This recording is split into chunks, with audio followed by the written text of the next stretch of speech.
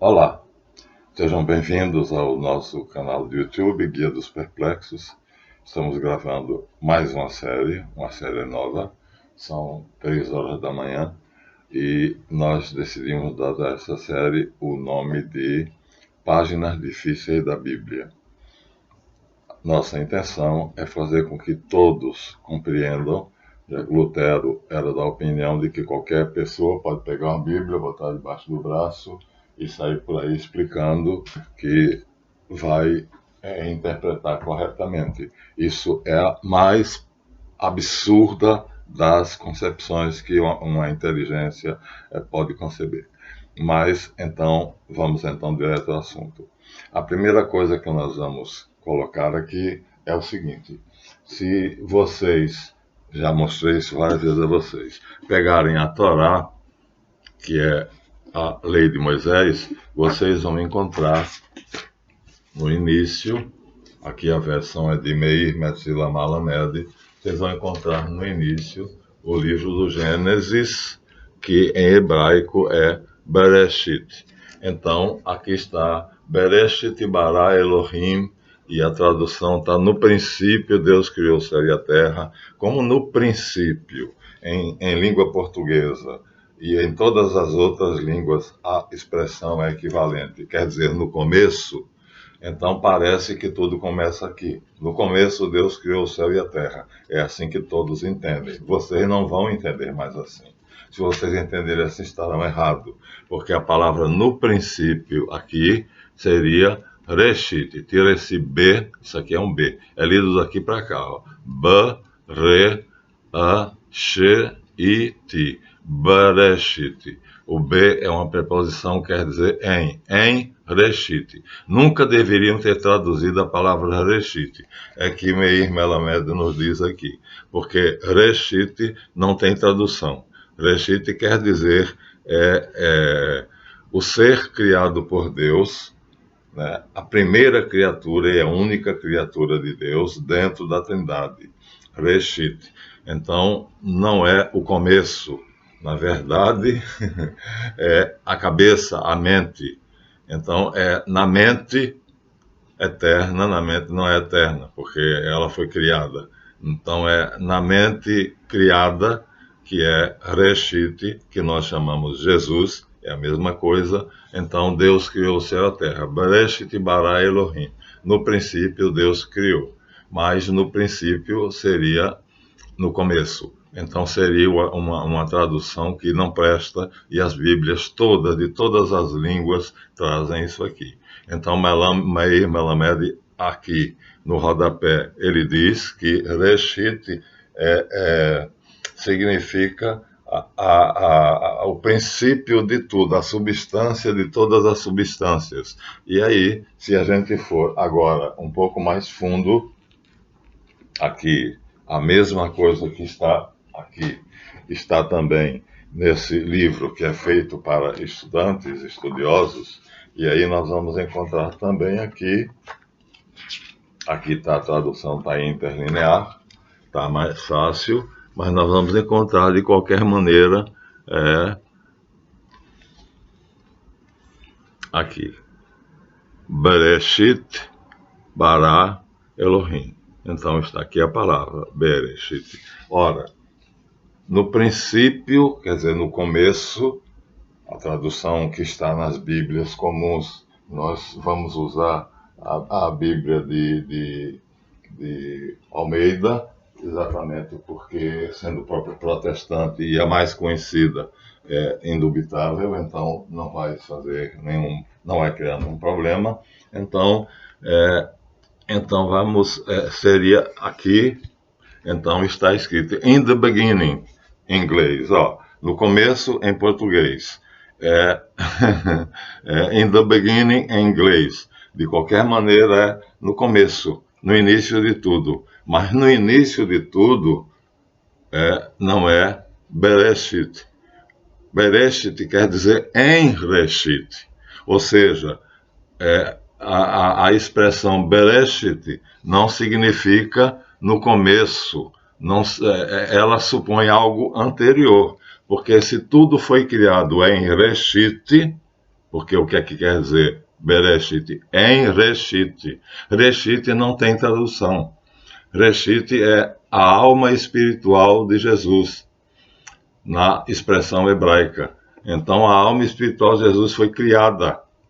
E ela foi criada não, quando? Não sabemos. Deus é incriado. Então, nós temos aqui uma dificuldade que as pessoas que leem acham que foi no começo. E tudo começa ali. Mas não, tudo não começa ali. Tudo começa antes. Nós já cansamos de mostrar essa figura para vocês, mas vamos mostrar de novo, que é para vocês terem uma ideia cada vez mais clara de que aqui essa prancha significa Deus, o Ain, Sof, Aor, aqui está errado, já dissemos, é Aor, que seria Abba, o Pai, o Filho e o Espírito Santo. Então, e aqui estaria Reshit.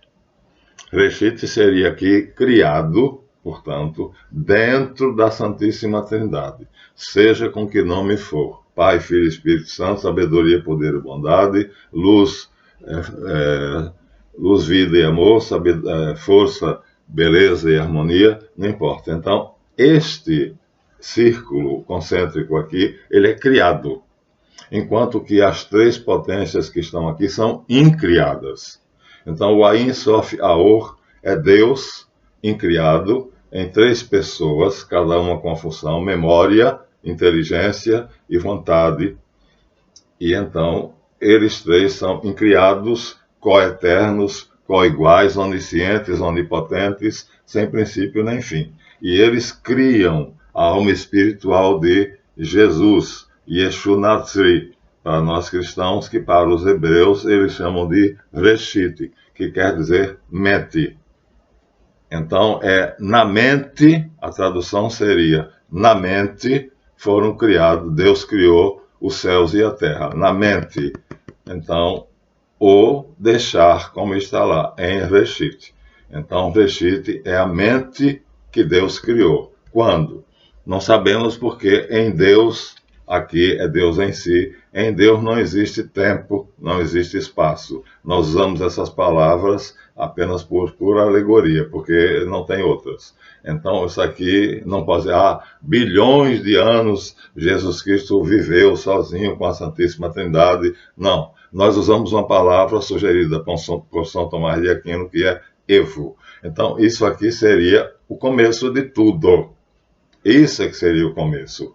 Então, havia essas trevas divinas, chamado horizonte da eternidade na Cabala, ou as águas superiores, e aqui só havia eles, os três, que na verdade é um nome só, revelado a Melquisedeque com o nome de El Elyon, e a Abraão com o nome de El Shaddai, de qualquer maneira El, que vai se manter puro na corrente de Abraão e na corrente de Melquisedeque, mas vai se deteriorar. Né? Em outras tribos semitas, ele vai ser pai de Anat, deusa da guerra, e de Baal, e aí vai surgir Marduk, e vai surgir todas aquelas degenerescências, e ele vai ser representado na forma de um touro, para significar que ele é poderoso, porque o touro é o instinto, né, símbolo dos instintos, e aí vai degenerar. Então vamos deixar essa corrente degenerada de El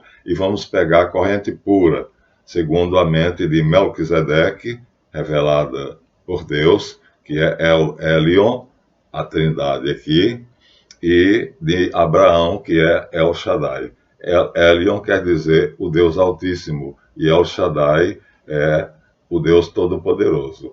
Então, em determinado momento, então ele cria a alma espiritual de Jesus. A alma espiritual, tudo aqui sem forma, nada tem forma. As formas aqui são para ajudar a gente a compreender. Esse é o começo.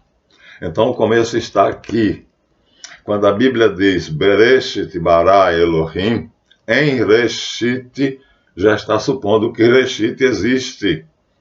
Então, se Reshit já existe, e Deus criou dentro de Reshit, então não é o começo. No começo, Deus criou o céu e a terra. É em Reshit. Entenderam bem Está fácil, então não deviam traduzir, deviam dizer em Reshit, ou na mente criada, Deus criou. Mas aí já seria traduzir, seria pior. O melhor seria mesmo não traduzir. Então o começo de tudo está aqui, é o momento em que a Santíssima Trindade cria o ser perfeito, que não tem forma, não sabemos como é que é, né? Ele tomou forma depois, né? Deus é essência, substância e existência, e Reshit é apenas substância e existência. Então ele não tem uma qualidade que a Ein Sof Aor, El Elyon, o El Shaddai tem, né? Então aqui a Divina Trindade tem essência, substância e existência. E Reshit só tem substância e existência. Então ele é menor. Por isso Jesus Cristo diz: o Pai é maior do que eu. E por isso ele remete tudo ao Pai. Ele diz que veio ungido pelo Pai, e ele veio para fazer a vontade do Pai. Ele é totalmente submisso ao Pai. Mas essa é a primeira dificuldade que nós vamos superar com facilidade agora, compreendendo que quando a Bíblia diz em hebraico Bereshit, que nós já mostramos a vocês várias vezes, então quando a Bíblia diz Bereshit, então ele é um erro traduzir, porque Reshit não tem tradução. Be, separado, em, então a palavra é Reshit. Reshit é o quê? Reshit é esse ser que é um ser humano. Deus criou a humanidade em Yeshu Natsri, chamado pelos rabinos de Reshit. Então, é aqui o começo, na hora da criação, na hora em que Deus, por um excesso de amor, sem necessidade nenhuma, cria Reshit. Mas aqui temos uma dificuldade, né?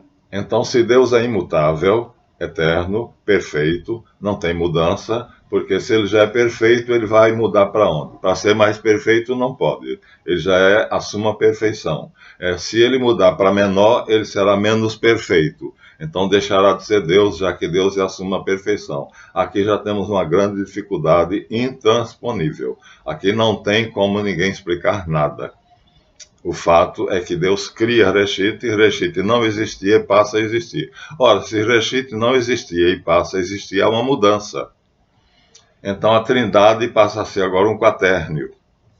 Passa a ser 4. O que eram 3 passa a ser 4. Por isso o Papa João Paulo II pegou os mistérios do Rosário, que eram 3. O Rosário eram 3 terços, e ele fez o 4º terço, que é o mistério luminoso. Eram mistérios gozosos, dolorosos, gloriosos e luminosos. 4. Então a verdade é um quaternio, só que não é exatamente um quaternio, porque Reshit não tem essência divina, ele tem substância divina.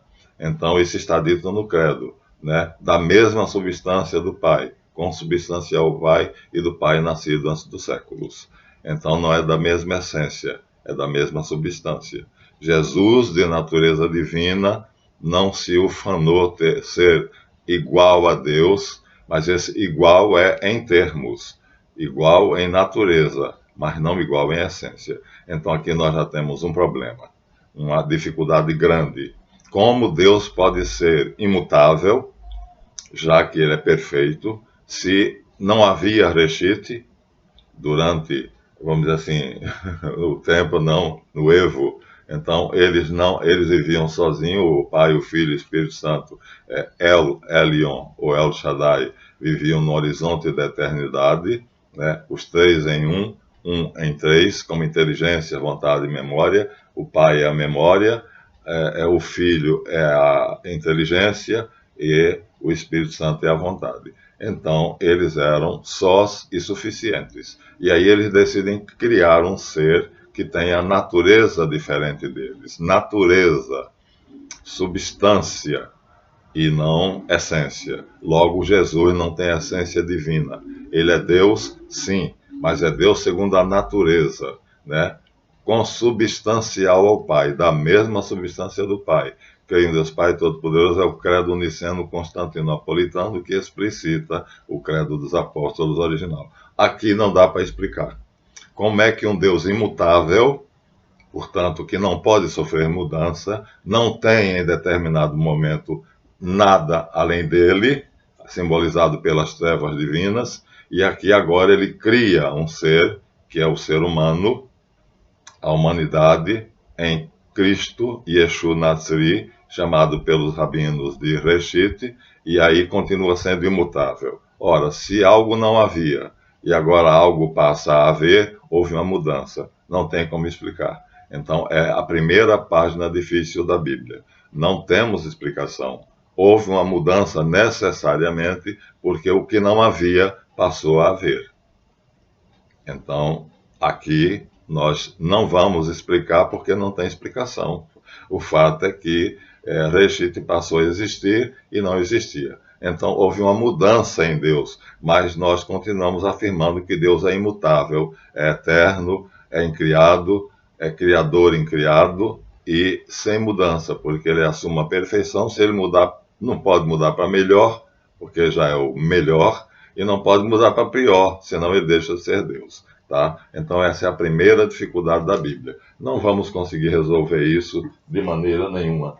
Então fica assim, né? Esse primeiro mistério, a gente vai chamar de mistério, no sentido aí de que não tem solução. Nossa inteligência não é capaz de conceber como é que Deus é imutável e, na verdade, ele cria um ser e esse ser passa a existir e ele continua sendo chamado imutável. Ora, se não existia, como eu disse, e passa a existir, então houve uma mudança. Mas não adianta, né? Aqui nós temos os dicionários, né?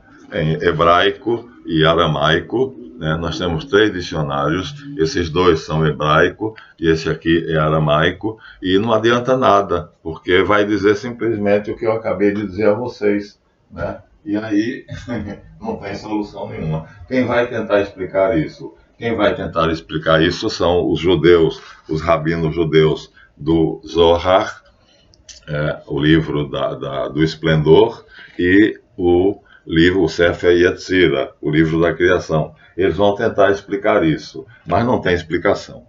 Essa é a primeira dificuldade da Bíblia, já que nós estamos fazendo a série Páginas Difíceis da Bíblia. Mas acontece que essa dificuldade não é nossa. Esse problema não é nosso porque é o Antigo Testamento.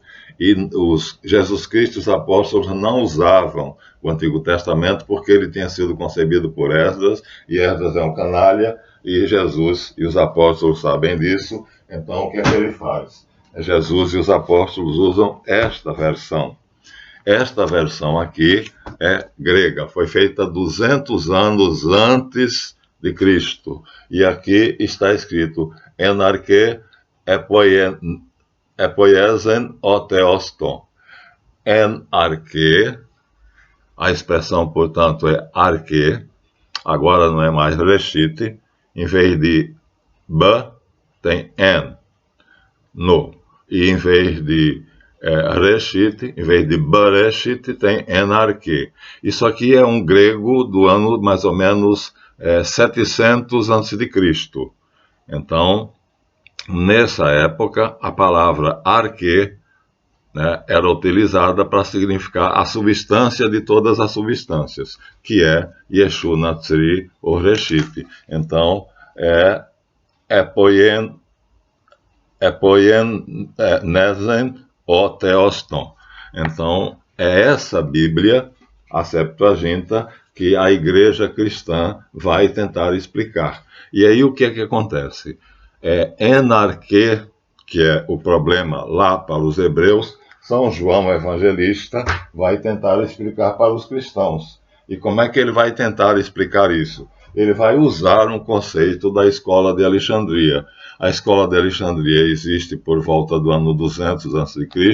Hermes Trismegisto é o patrono dela, tem Apolônio de Tiana, tem Filon de Alexandria, tem grandes nomes, e aqui está a discussão sobre o Logos, ou seja, a palavra arque foi transformada em Logos, ou seja, 200, 300 anos antes de Cristo, então deixaram de usar a palavra arque, grega, para usar uma outra palavra grega, logos.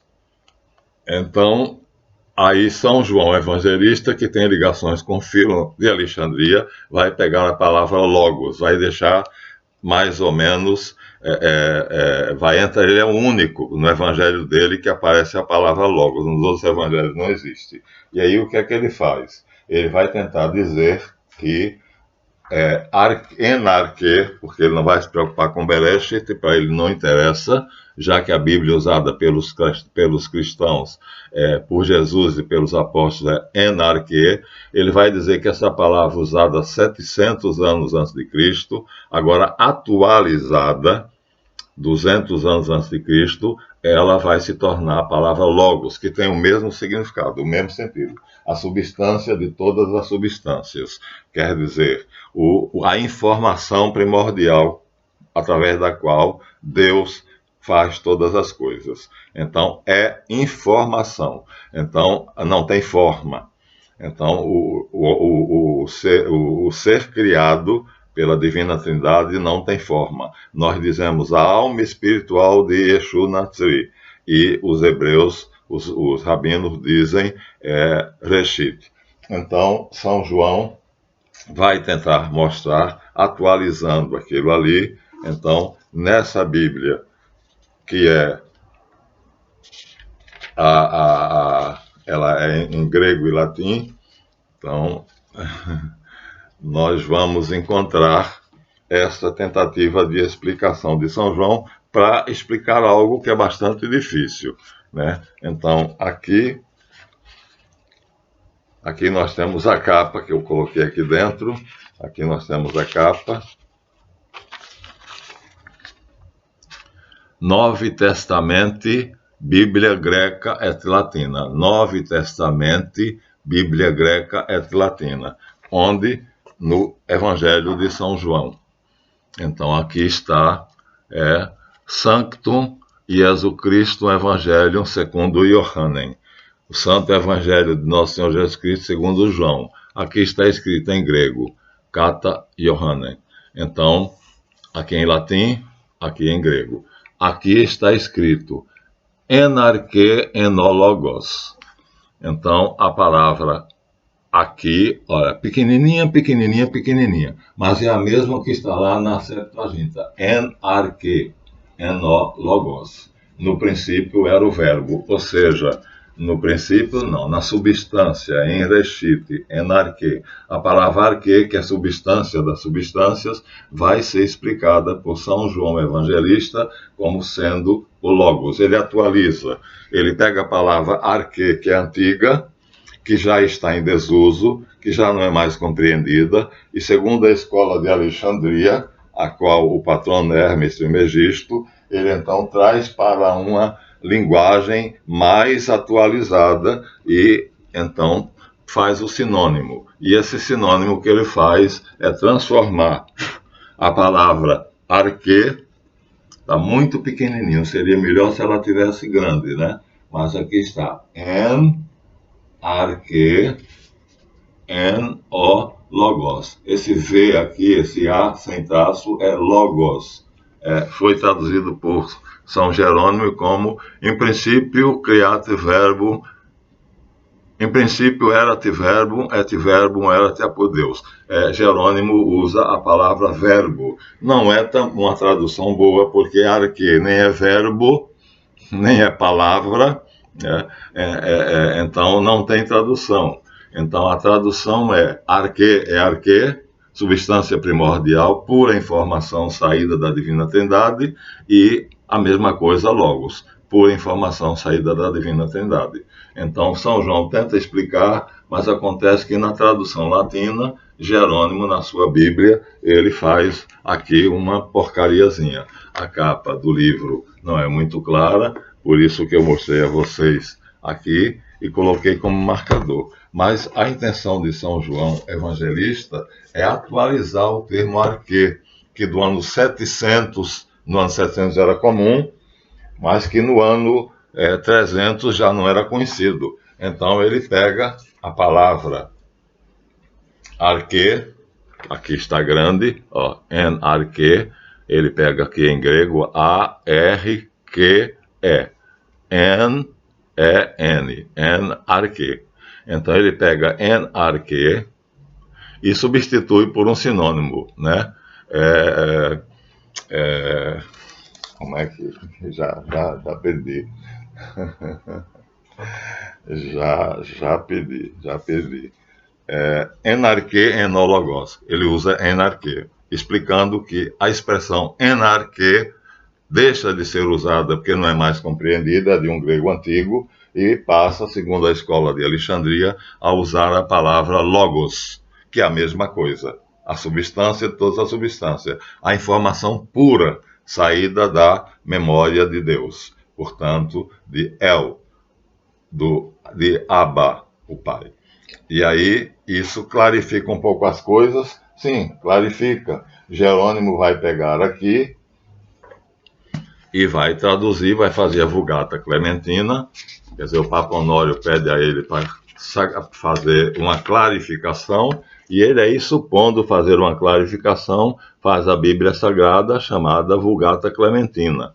Foi pedida por Honório, mas foi impressa sobre o Papa Clemente. Mas aqui é que ele faz a porcariazinha dele, porque aqui, no início, então, ele coloca, é ele quem coloca pela primeira vez, né, quando ele faz a tradução do Gênesis, né, não está logo assim, então, aqui. Ele faz a tradução do Gênesis, e aí ele coloca assim: em princípio, creavit Deus celum et terram. Então, não sei se dá para vocês verem, mas aqui está, in principio. Não dava para fazer essa tradução, porque princípio quer dizer começo. E aí, a coisa enrola. A coisa enrola porque se nós formos ao dicionário grego, aqui nós temos um dicionário grego bom, e aí nós vamos encontrar aqui que a palavra arque é o equivalente antigo, dicionário grego-português. Arque é o termo antigo, de cerca do ano 700 a 800 a.C., mas é equivalente a logos. Então São João vem para mais perto para não usar a palavra arque, que se tornou um anacronismo, e substitui ela pela palavra logos. Mas nem arque significa princípio, nem logos significa princípio. É a informação primordial, ou seja, é a informação pura, saída da memória de Deus, da mente de Deus, que cria uma outra mente semelhante a si, em sabedoria, poder e bondade, mas não tem essência, substância e existência. Só tem substância e existência. Portanto, Jesus é menor do que Deus El. Seja como El Elyon, como se revelou a Melquisedeque, seja como El Shaddai. Aí, o que é que acontece? No ano 400, os doutores da igreja, saídos das escolas de mistério, como Santo Agostinho, aqui nós temos a obra de Santo Agostinho, e outros, Clemente de Alexandria, Orígenes, Irineu de Lyon, vão tentar fazer uma explicação disto na chamada patrologia, a época da patrística. São 400 anos de esforço para tentar explicar o inexplicável. Não dá para explicar, não dá para traduzir. Devia ser em reshit, Deus criou o céu e a terra. Pronto, acabou a confusão. Não tem confusão, fica um mistério. Se Deus é imutável, como eu disse, e se de repente não havia reshit, aí agora como é que de repente surge reshit e nós continuamos dizendo que Deus é imutável? Então, se não havia algo num determinado momento e em outro momento esse algo passa a existir, houve uma mudança. Entretanto, você não pode dizer que em Deus há mudança. Deus é imutável, que assume a perfeição. Então não pode mudar, nem para mais nem para menos. Então isso não se pode explicar. Então é a primeira e grande dificuldade. São João tenta somente fazer o seguinte: dizer que a palavra arque caiu em desuso, e para torná-la atualizada, ele vai usar a palavra logos. E aí pronto. Aí, para ele atualizou. Então, quem sabe grego agora não vai usar mais arque, que é usada na tradução da Septuaginta, né? E o termo A Septuaginta é feita 200 anos antes de Cristo, mas já cai aqui em desuso, porque já não se conhece mais o significado da palavra arque. Por isso, São João Evangelista traduz por enólogos. Mas isso não vai resolver a situação. Não vai pelo seguinte, porque vai se passar 400 anos tentando explicar isso. Esses 400 anos se chama patrística, época patrística ou patrologia, onde os doutores da igreja, os mais inteligentes aí da escola de mistério, vão tentar explicar as coisas da Bíblia que são os mistérios de Deus, né? O dogma de Cristo, como chama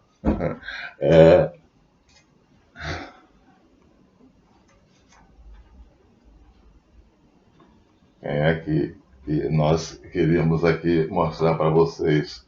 Então, nós temos aqui livros sérios. Então, o Erich Fromm chama o dogma de Cristo, quer dizer, o problema que Cristo traz para a humanidade. Então, os Rosacruzes, sejam de várias correntes, vão tentar explicar isso, também não vão conseguir. Aqui nós temos um livro que é de Max Heidel, aqui nós temos um livro que é de Claude de Saint-Martin, são Rosacruzes de origem diferente. Aqui nós temos um livro de Martinez de Pasquali, e aqui nós temos um livro que não tem, mas Cordélia Alvarenga de Figueiredo. Então, os Rosacruzes vão tentar explicar isso. Não é explicável, é impossível explicar. É o que nós poderíamos chamar de mistério. Pronto. Então, não tem explicação. Ficamos assim, até chegar até o ano 1200. Em 1200, um grupo chamado escolásticos vão tentar fazer a mesma coisa que a patrologia fez. A patrologia foi do ano 200 ao ano 400. Então, aí a gente arredonda, diz que foram 400 anos de filosofia, de tentativa para explicar o mistério. Mas não adianta. Mistério escondido em Deus antes dos séculos e agora explicado a nós, os santos. Então, você sente, mas você não tem condições. As suas categorias mentais não são capazes de entender. Enarque quer dizer na substância primordial, na informação saída da informação. E aí São Tomás de Aquino vai entrar nessa turma, João Duns Scoto, São Boaventura, São Tomás, e ele vai escrever explicação sobre o credo. Eu ajudei a fazer esse livro. Dom de Moura, no Mosteiro São Bento, foi o período que eu estava lá. Ele faz de São Tomás de Aquino uma exposição sobre o credo para tentar mostrar que Jesus Cristo é Deus. Mas acontece que é Deus de Deus, gerado, não feito, da mesma substância do Pai, mas não da mesma essência. E aí, percebendo que ele faz uma coisa pequena, uma coisa menor, ele faz uma obra maior, que é a Suma Teológica. Aqui nós temos o volume número 1, né? Acho que são, ali nós temos ele completo, acho que são 12 ou 13 volumes, mas não vai ter como explicar. Deus é puríssimo, substância puríssima, essência, substância e existência. E Reshit, que é Yeshu Natsri, é apenas substância e existência. Não tem como, então, de Jesus não é igual ao Pai, apesar de São Paulo dizer, ele é a imagem do Deus verdadeiro, a perfeita imagem, reflexo da sua substância. Olha como é que Paulo diz. Ele é o reflexo da sua substância, a imagem do Deus verdadeiro, porque nele Deus habita corporalmente em toda a plenitude.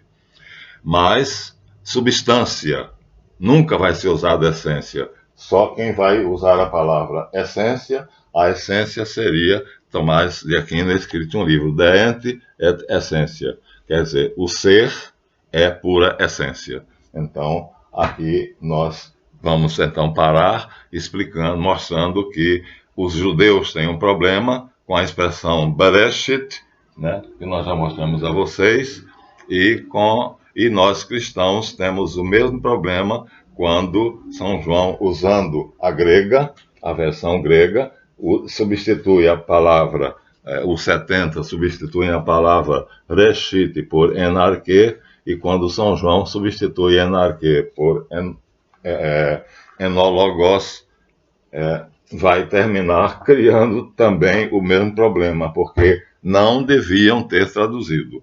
Então, o logos é o logos, arque é arque, reshit é reshit. É como o meu nome, Marlanfe é Marlanfe, não é Manuel, não é Francisco, não é nada disso. Então traduziram, e quando traduziram, criaram um grande problema.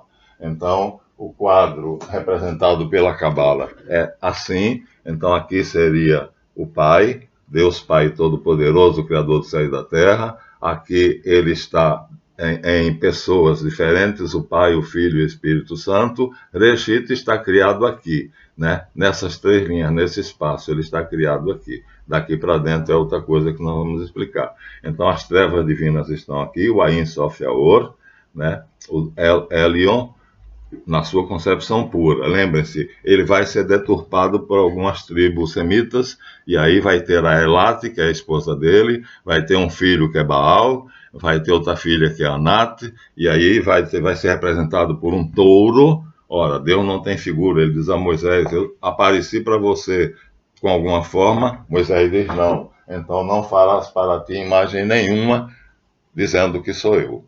Pronto. Então essa é a primeira página difícil da Bíblia.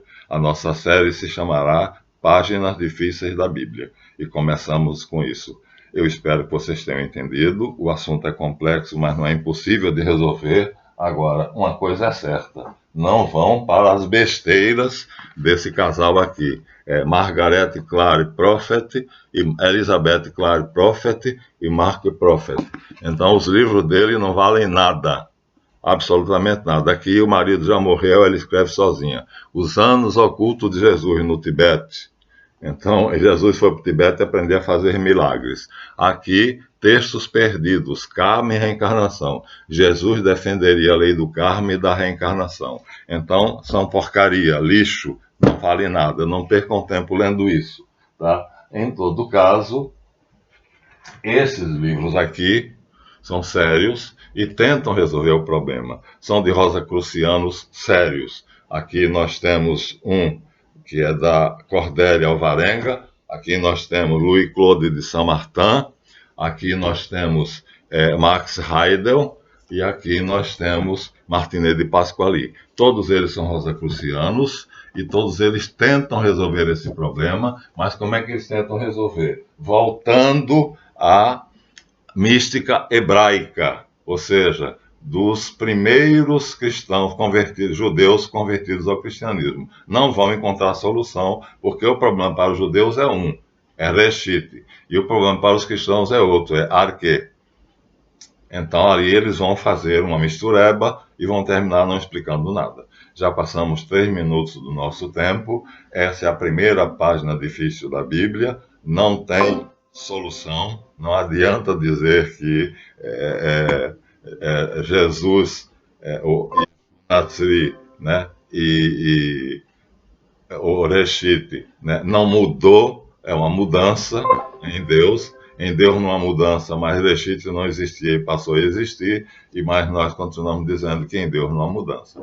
Pronto. Então aqui está o primeiro capítulo da série Páginas Difíceis da Bíblia. Espero que vocês tenham compreendido. Vejam o vídeo, deem seu like. O importante é a mãozinha. Clique em cima da mãozinha para dar força ao nosso canal. Né? E façam seus comentários, façam perguntas. Nós temos agora a sessão Professor Responde, né?